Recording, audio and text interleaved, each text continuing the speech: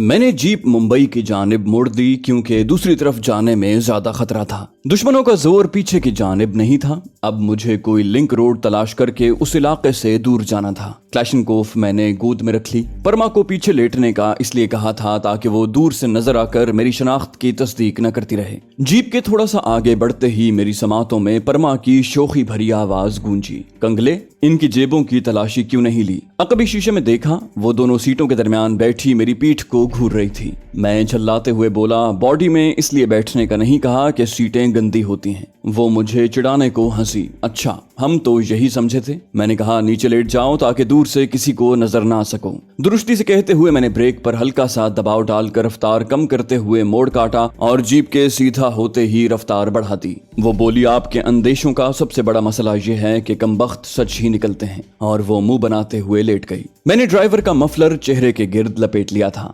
दुश्मनों की लाशें मैं सड़क के किनारे ही छोड़ाया था। आम शहरियों से बई था कि पुलिस के चक्करों में पड़ते। मैंने भी लाशें छुपाने में वक्त जाया नहीं किया था कि इसका कोई खास फायदा नजर नहीं आ रहा था। एक तरबियत याफ्ता शख्स तेज रफ्तारी में भी दुरुस्ती का ख्याल रखता है। एक आम आदमी और हम में सोचने का ही फर्क है। मुख्तलिफ हवादिस और वाकयात का सामना करके हम में हौसले और जुर्रत के साथ बर वक्त फैसला करने की सलाहियत भी पैदा हो जाती है। चंद किलोमीटर के बाद मेरे करीब से काले रंग की 3 कारें तेज रफ्तारी से गुजरी। मुझे लगा उनमें एजेंसी के लोग सवार हैं। वो हमसे तारुज किए बगैर आगे निकल गए थे। मजीद चंद किलोमीटर जाने के बाद वही चौकी आ गई जहां से हम वापस भागे थे। वहां चेक पोस्ट कायम थी। पुलिस की वर्दी के अलावा 3 सिविल कपड़ों वाले भी नजर आए। जब मैं करीब पहुंचा तब वो मुंबई से आने वाली एक मुसाफिर बस की तलाशी की तरफ मुतवज्जे थे। मैं उन पर सरसरी नजर डालकर आगे निकल गया। वहां से बखैरियत गुजरने पर मैंने बेसाख्ता गहरा सांस लिया। उम्मीद न थी कि इतनी आसानी से उनके घेरे से निकल जाएंगे, मगर उन्होंने बुनियादी गलती ये की थी कि सारी तवज्जो आगे की तरफ मरकूज रखी। उनके तई हमने उसी सड़क पर आगे बढ़ना था। यकीनन आगे सड़क पर खातिर खा रुकावटों ने मौजूद होना था। उस इलाके में भी अब बहुत ज्यादा टोलियों ने मटर गश्त शुरू कर दी होगी। गालिब गुमान यही था कि वो जल्द ही गणपत राय तक पहुंच जाते, मगर उससे काम की बात नहीं उगलवा सकते थे। बंसी राम से भी राज रखना बैद था। अगर वो दोनों न भी बताते तब भी सड़क किनारे पड़ी 4 लाशें ज्यादा देर छुप नहीं सकती थीं। जिन गाड़ियों पर मुझे एजेंसी वालों का शुबा गुजरा था, अगर वो हकीकत में एजेंसी ही की गाड़ियां थीं तो अब तक उन्हें मेरे पीछे रवाना हो जाना चाहिए था। इस लिहाज से उस सड़क पर मजीद चलना मुनासिब न था। मैं कसारा गांव से मुंबई की तरफ आ गया और तेज रफ्तारी से जीप भगाए जा रहा था। साथ साथ मेरी निगाहें किसी मुनासिब मकाम की तलाश में भी सरगर्दा थीं। दाईं जानिब एक लिंक रोड नजर आया। मैं जीप की रफ्तार कम करते हुए लिंक रोड पर चढ़ गया। जाने किस वक्त ताकुब वाली गाड़ियां पीछे पहुंच जाती, इसलिए एहतियात रखना जरूरी था। सड़क के जवानिब में आबादी मौजूद थी। मैं तेज रफ्तारी से आगे बढ़ता गया। मुसलसल जागते हुए 24 घंटों से ज्यादा हो गए थे। मेरी तो खैर थी, परमा का मसला गंभीर था। मैं कोई ऐसी जगह ढूंढना चाह रहा था जहां कम से कम वो अपनी नींद पूरी कर ले। सड़क पर ट्रैफिक को देखकर मुझे इत्मीनान हो गया था कि जीप अकेले होने की वजह से लोगों की निगाह का मरकज नहीं बन सकती थी, वरना अकेली गाड़ी का गुजरना कई लोगों की यादाश्त में सब्त हो जाता और तफ्तीश करने वालों को अंदाजा लगाने में आसानी रहती। इसके बरक्स गाड़ियों की आमदोरफ्त जारी हो तो जीप का गुजरना इतना आम हो जाता है कि मुश्किल ही से किसी को याद रहता है। एक जनरल स्टोर के सामने से गुजरते हुए मैंने खाने पीने की अशिया खरीदने की नीयत से ब्रेक लगाई। अकबी जानिब देखने पर मुझे हंसी आ गई। परमा सीटों के दरमियान सुकड़ी सिमटी गहरे सांस ले रही थी। नींद भी अजीब चीज है कि सूली पर भी इंसान का पीछा नहीं छोड़ती। वो जिस तबके से ताल्लुक रखती थी उसका यूं जीप की बॉडी में सोना एक अजूबा ही तो था। उसे जगाए बगैर मैं स्टोर की तरफ बढ़ गया।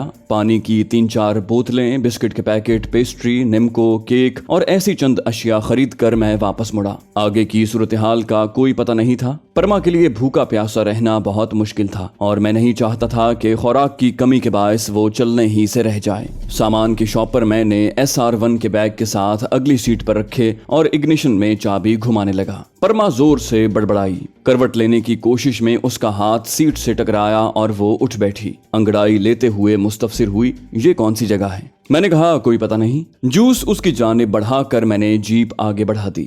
जूस पकड़ते हुए उसने पूछा, अब हम सीट पर बैठ सकते हैं? मैंने इस बात में सर हिलाया। कहा, सामान अकबी सीट पर रख कर आगे आ जाओ। शोखी से शुक्रिया कहते हुए उसने SR1 का बैग और खुराक के शॉपर अकबी नशिस्त पर रखे और खुद आगे बैठ गई। मैं बिस्किट का एक बड़ा पैकेट खोलकर मैदे की दिलजुई में मसरूफ था। जनरल स्टोर के साइन बोर्ड पर नजर दौड़ाते हुए उसने बिस्किटों की तरफ हाथ बढ़ाया। बोली बर्गर वगैरह नहीं थे उनके पास। मैंने कहा पेस्ट्री, केक, चिप्स वगैरह भी लिए हैं। बोली अच्छा। दिलचस्पी से कहते हुए वो शॉपरों की तलाशी लेने लगी। तमाम शॉपर खंगाल कर उसने चिप्स का एक पैकेट खोला, दोनों पांव डैशबोर्ड पर रखे और सीट से टेक लगाकर बाएं हाथ से खाने लगी। गाहे गाहे जूस का घूंट भी भर लेती। इस तबके के लोग डिब्बा पैक ग़िज़ाओं के ज्यादा आदी होते हैं और हम जैसे सफेद पोश और मुफलिस को जब तक गंदुम की रोटी न मिले हमारी आंत ही गीली नहीं होती। बिस्किट खाकर मैंने पानी की बोतल को मुंह लगा लिया। इस दौरान हम मुंबई दिल्ली हाईवे पर पहुंच गए थे। पहले हम मुंबई आगरा नेशनल हाईवे पर महवे सफर थे। मुंबई दिल्ली हाईवे भी बड़ी सड़क है। मुझे उस पर सफर करना मुनासिब न लगा और मैं मगरिब की जानिब बढ़ता रहा। एक पेट्रोल पंप से मैंने जीप की टैंकी भी भरवा ली थी। वहीं मैंने क्लैशनकोफ जीप की अकबी सीट के नीचे मुंतकिल कर दी। गो जीप के जरिए हमें ढूंढना आसान हो जाता, लेकिन उसे छोड़ने की हालत में भी मैं नहीं था और मुझे कोई मुनासिब तजवीज भी नहीं सूझ रही थी। मुंबई दिल्ली हाईवे से आगे 20-25 मिनट के बाद मैंने जीप का रुख शुमाल की जानिब मोड़ दिया। परमा ने पूछा अब तो खतरे से निकल आए हैं ना और आगे इसी जीप पर सफर करेंगे। मैंने नफी में सर हिलाया, ऐसा बिल्कुल भी नहीं है। बोली पता है आपकी सबसे बुरी आदत क्या है? शॉपर को गोद में रखकर वो कुछ और खाने को ढूंढने लगी। मैंने मुंह बनाया, मेरी बुरी अच्छी आदत से आपको क्या लेना देना? बोली इकट्ठे सफर कर रहे हैं, इतना ख्याल तो रखना पड़ता है ना।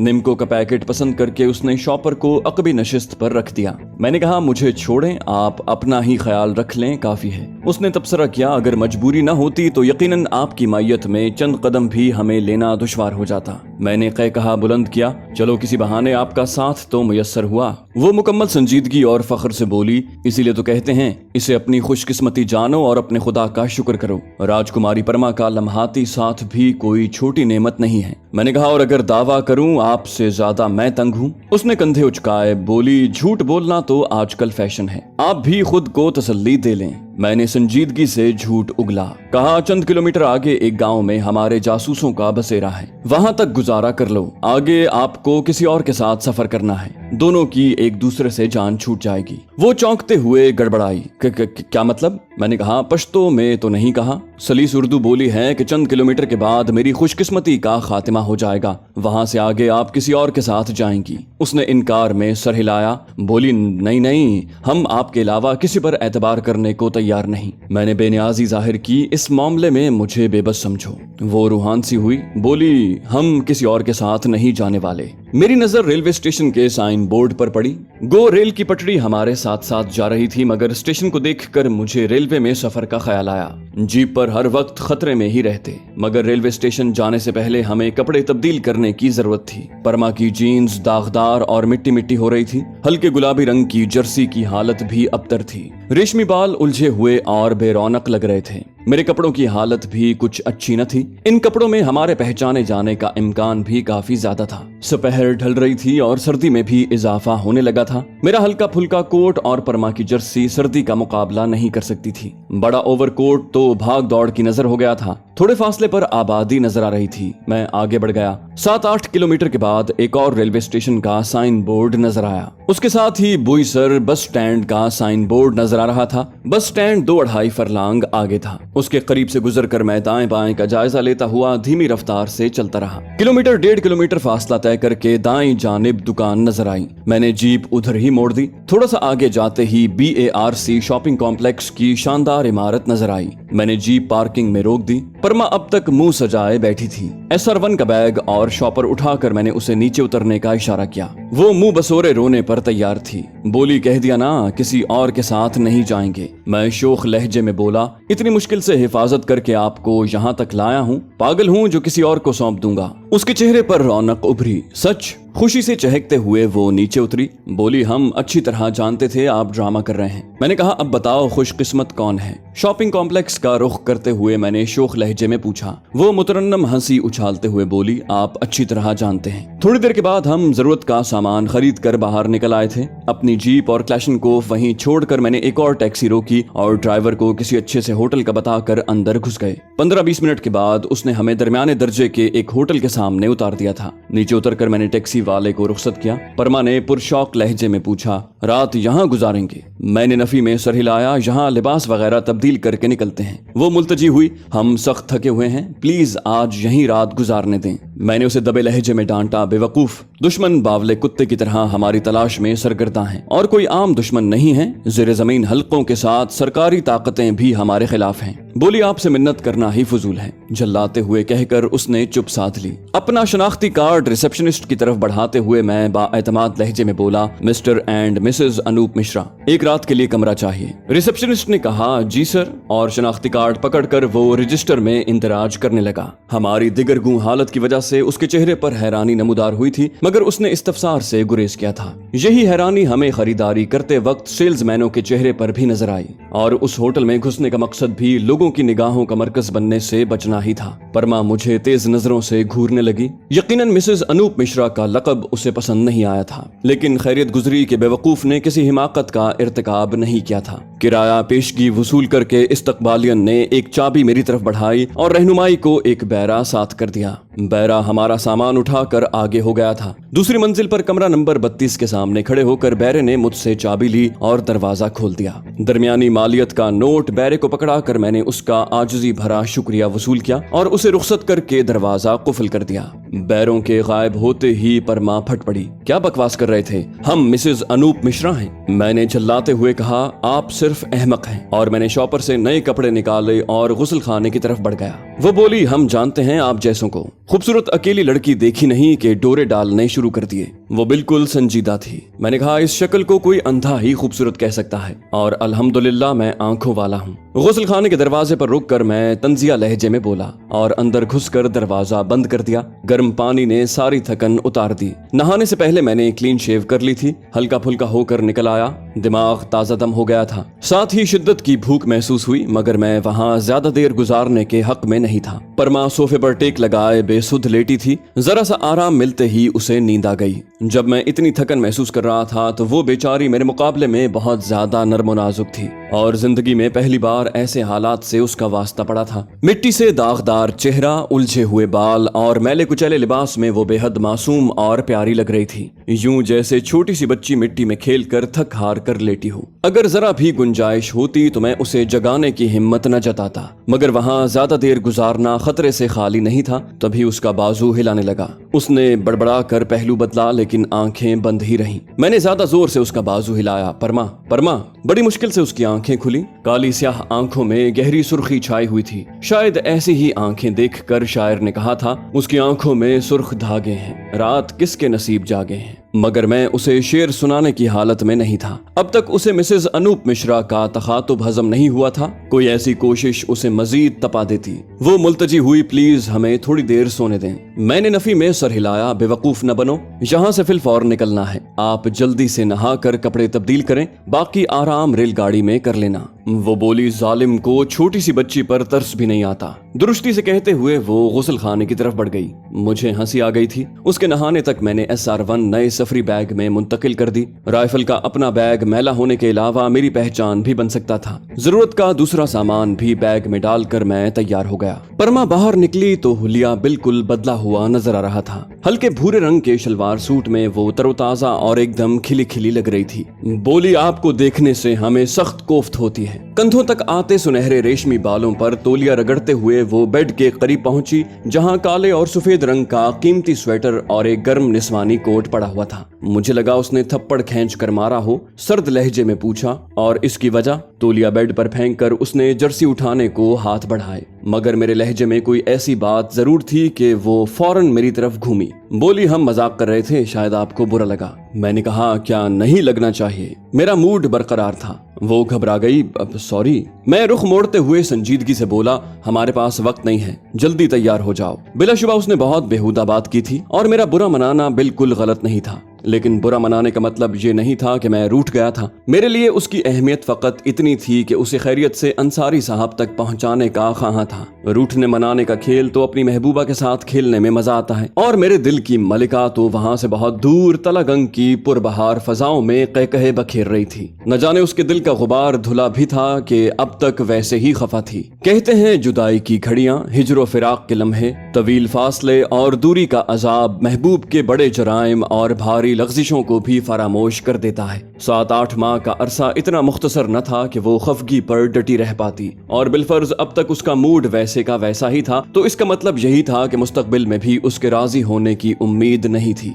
ऐसी सूरत में अलहदगी ही वाहिद हल बचता था। उसके बार बार तलाक चाहने का जवाब मुसलसल मिन्नत समाजत नहीं हो सकता था। अगर वाकई उसके दिल में कोई ऐसी दरार आ गई थी जिसका पुर होना नामुमकिन था और वो मजीद मेरे साथ नहीं चलना चाहती थी, तो उसकी खुशियों की राह में रोड़े अटकाना जायज न होता। परमा तैयार होकर मेरे सामने आई। चलें। जर्सी और कोट पहनकर उसने सर पर गर्म टोपी रख ली। गले में मफलर नुमा दुपट्टा था जो उसने चेहरे के गिर्द लपेट लिया था। उसे देखे बगैर मैंने बैग उठाने को हाथ बढ़ाए, तभी एकदम दरवाजे में चाबी घूमने की आवाज आई और फिर 2 मुसल्ला अफराद दरवाजे को धकेलते हुए अंदर घुसे। एक धाड़ा, खबरदार, हरकत करने की कोशिश तुम्हें महंगी पड़ सकती है। परमा के हल्क से हल्की सी चीख बरामद हुई थी। सोचने की मोहलत नहीं थी, और सच तो ये है कि ऐसे हालात में तरबियत याफ्ता अफराद सोचने में वक्त जाया करने की बजाय शुरू की अफरा तफरी से फायदा उठाने की कोशिश करते हैं, क्योंकि वक्त गुजरने के साथ दिफा करना मुश्किल हो जाता है। उनका ललकारना, परमा का चीखना और मेरे हाथ में मौजूद बैग का गोली की तरह सामने वाले की तरफ बढ़ना एक साथ हुआ। बैग फेंकते ही मेरा हाथ जेब से साइलेंसर लगा पिस्तौल निकाल चुका था। बैग सामने वाले के हाथों पर लगा, पिस्तौल उसके हाथ से निकल गया था। वो पिस्तौल उठाने झुका। उसके पीछे आने वाले ने सूरत से पिस्तौल सीधा करना चाहा, मगर इस दौरान ग्लॉक की मजल से बेजबान गोली निकलकर उसके पिस्तौल वाले हाथ से टकराती हुई उसके पेट में घुस चुकी थी। हल्की सी चीख मारकर वो पेट पकड़कर दोहरा हो गया था। चूंकि वो मेरे सामने खड़ा था, इस वजह से गोली उसके पिस्तौल वाले हाथ को जख्मी करके पेट में घुसने का बायस बनी थी। दूसरी गोली मैंने उसके दूसरे साथी की पिस्तौल पर दागी, जो पिस्तौल को गिरफ्त में लेने में कामयाब हो चुका था। गोली लगते ही पिस्तौल दोबारा उसके हाथ से निकल चुका था। मैंने फौरन धमकाया, जरा सी गलत हरकत तुम्हें हमेशा को बेहरकत कर सकती है। उनके वहम गुमान में भी ये सूरत हाल नहीं थी। जख्मी आदमी पेट को दोनों हाथों से दबाए घुटनों के बल बैठ गया था। दूसरा कमर से खम निकालते हुए सीधा हो गया। बोला, बेहतर होगा गिरफ्तारी दे दो। मैंने कदम लेकर हाथ घुमाया। चटाख की आवाज से कमरा गूंज उठा। किसी ने मशवरा मांगा है? वो गाल पर हाथ रखे मुझे कीना तोज नजरों से देखते हुए गुर्राया। बॉस के हाथ बहुत लंबे हैं। इंडिया के चप्पे चप्पे में उनके वफादार मौजूद हैं। बेहतर होगा मुंह मांगी रकम लेकर लड़की को हमारे हवाले कर दो। जिस मुल्क का कहोगे बॉस अगले चंद घंटों में तुम्हें वहीं पहुंचा देगा। मैंने तस्दीक चाही तो तुम विघ्नेश शुक्ला के आदमी हो। वो इत्मीनान से बोला, विघ्नेश शुक्ला को नहीं जानता, मैं इंस्पेक्टर जमशेद अली हूँ और मेरा बॉस मनोज जोशी है। मैं तंज़ी अंदाज में बोला, हालांकि तुम्हें भारत सरकार से अहकामात लेने चाहिए। वो बोला, तुमसे मशवरा या नसीहत नहीं मांगी, अपना अकाउंट नंबर बताओ और लड़की मेरे हवाले करो। अगले 5 मिनट में तुम्हारे अकाउंट में मुंह मांगी रकम मुंतकिल कर दी जाएगी। मैं नपे तुले अंदाज में बोला, इसकी क्या जमानत के लड़की तुम्हारे हवाले करने के बाद मुझे जिंदा छोड़ दिया जाएगा। परमा एकदम घबराते हुए बोली, आप ऐसा नहीं कर सकते। जमशेद अली इस्तेहज़ाई निगाह परमा पर डालकर बोला, इसकी खूबसूरती तुम्हें बहका न दे। ऐसी परियों के झुरमट तुम्हारे मुंतजर हैं, बल्कि इसके साथ भी जो मर्जी आए कर सकते हो। हफ्ता 2 हफ्ते महीना जब तक दिल न भरे ये तुम्हारे हवाले रहेगी। जब दिल भर जाए तब हमारे हवाले कर देना। मैंने कहा, मैंने कोई और सवाल किया था। वो बोला, जुर्म की दुनिया में जबान ही की जमानत चलती है। तुम एक बहादुर और बासलाहियत जवान हो और ऐसे अफराद को मनोज जोशी जाया नहीं किया करता। मुंह मांगी रकम के अलावा तुम्हें बेहतरीन नौकरी भी मिल सकती है। यकीन मानो अय्याशी की जिंदगी गुजारोगे और दुनिया ही में जन्नत के मजे लूटोगे। मैंने कहा, तुम मुसलमान हो। अगर मनोज जोशी की बजाय अपना तारुफ बतौर इंस्पेक्टर करवाते तो जिंदा बच जाते कि किसी सरकारी आदमी को गोली मारना मुझे मुनासिब नहीं लगता, क्योंकि वो सरकारी अहकामात के ताबे और देश से वफादारी की वजह से मेरे खिलाफ होता है। ऐसे लोगों को मैं हक बजानिब समझता हूँ और दुश्मनी के बावजूद उनकी रियायत रखता हूँ। अलबत्ता मनोज जोशी के आदमी किसी रियायत के मुस्तहिक नहीं। ये कहते ही मैंने पिस्तौल सीधा किया। उसने हाथ उठाकर मुझे समझाने की कोशिश की। क्या क्या बेवकूफ़ी कर। मगर बेशऊर गोली ने उसे बात पूरी करने न दी। धड़ाम से नीचे गिरकर वो एड़ियां रगड़ने लगा। उसका साथी घिघे आया, प्लीज मेरा ताल्लुक पुलिस से है, आप मेरा। अगली गोली ने उसे भी जमशेद अली के पास पहुंचा दिया था। राजा कहते हुए परमा फरते जज्बात से भागकर मेरे करीब आई, मगर इससे पहले कि मुझे लिपटने में कामयाब होती मैंने हाथ बढ़ाकर उसे दूर ही से रोक दिया। इसकी कोई जरूरत नहीं, रुखाई से कहते हुए मैं जमशेद अली और उसके साथी की तलाशी लेने लगा। उनकी नकदी कब्जे में करके मैंने जमशेद अली के पिस्तौल की मैगजीन पर भी कब्जा जमा लिया कि उसके पास 9mm पिस्तौल था और उसकी गोलियां ग्लॉक में काम आ सकती थी। परमा का चेहरा खिफ़त से सुर्ख हो गया था। ऐसी नवाबजादी जो बजों में खुद हुस्न का शिकार हो, रख रखाव वाली हो और माली लिहाज से भी तगड़ी हो, उसे किसी मर्द का धुतकारना कितना खफीफ और शर्मिंदा कर सकता है, इसका अंदाजा करना इतना भी मुश्किल नहीं है। यकीनन उसने सोचा होगा कि उसके इल्तिफात पर मैं खिल उठूंगा, मगर बेवकूफ मेरी पलवशे और रोमा की अहमियत से नावाकिफ थी। बहरहाल मेरे लिए उसका रूठना, मानना, खफा होना, नाराज होना किसी अहमियत का हामिल नहीं था। बैग कंधे पर लाद कर मैं दरवाजे की तरफ बढ़ा।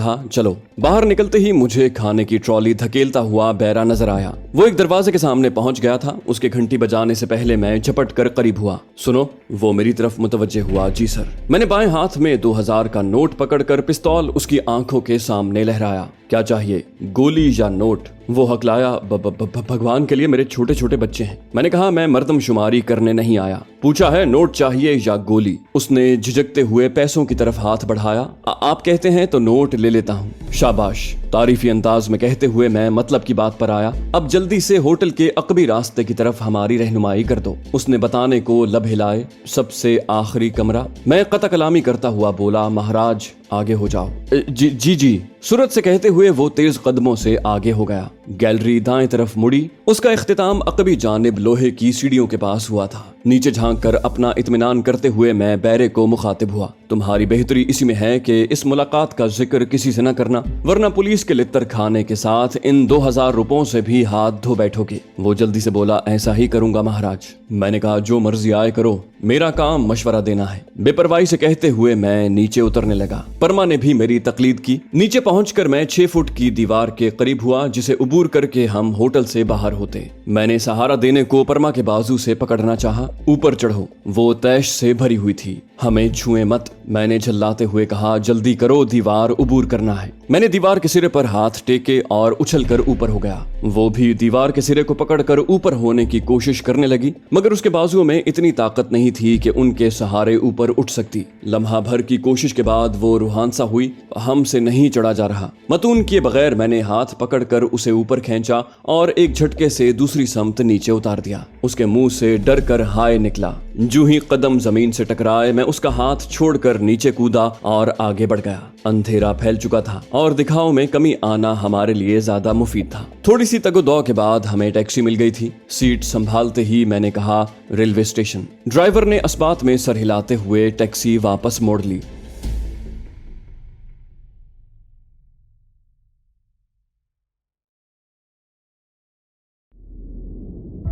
दोस्तों, उम्मीद करते हैं आपको हमारी वीडियो पसंद आई होगी। अगर आप इस्लामी और तारीखी शख्सियात पर मबनी कहानियां सुनना चाहते हैं तो हमारे दूसरे चैनल दास्तान को सब्सक्राइब कीजिए और कमेंट सेक्शन में हमें बताइए कि आप कौन सी तारीखी और इस्लामी कहानियां सुनना चाहते हैं। जाने से पहले वीडियो को लाइक कर दीजिए। इंशाल्लाह अगली किस्त में आपसे मुलाकात होगी। तब तक अल्लाह हाफिज।